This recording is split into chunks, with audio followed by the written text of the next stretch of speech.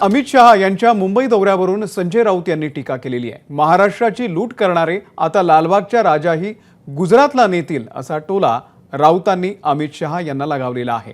महाराष्ट्राचा स्वाभिमान त्यांच्या डोळ्यामध्ये खुपतो असंही त्यांनी म्हटलंय। अमित शहाना आमचा विरोध यासाठीच आहे की महाराष्ट्रात त्यांनी ज्या पद्धतीचं दळभद्री राजकारण करून महाराष्ट्र कमजोर करण्याचा प्रयत्न केला, ज्या पद्धतीनं व्यापार उद्योग रोजगार अनेक महत्त्वाच्या आर्थिक केंद्र आमची ही गुजरातला नेण्याचा प्रयत्न केला आणि केलाच। त्याच्यामुळे अमित शहा यांच्या बाबतीत महाराष्ट्राच्या भावना तीव्र आहेत। आज ते गृहमंत्री आहेत, पण कमजोर गृहमंत्री।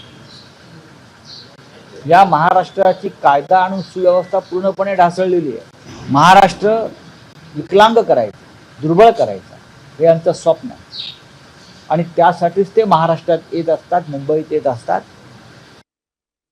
लालबागच्या राजाच्या दर्शनाला येत आहेत, येऊ द्या।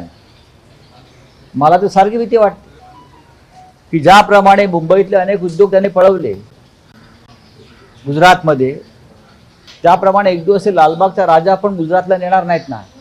लालबाग का राजा इतना बड़ा नाम है, लोग आते हैं देश भर से, चलो गुजरात में लेके जाओ, प्रेशर लाओ, ये लोग कुछ भी कर सकते हैं, लालबाग का राजा भी गुजरात में लाने का प्रस्ताव दे देंगे। नहीं नहीं, लालबाग का राजा कल से गुजरात में चलेगा।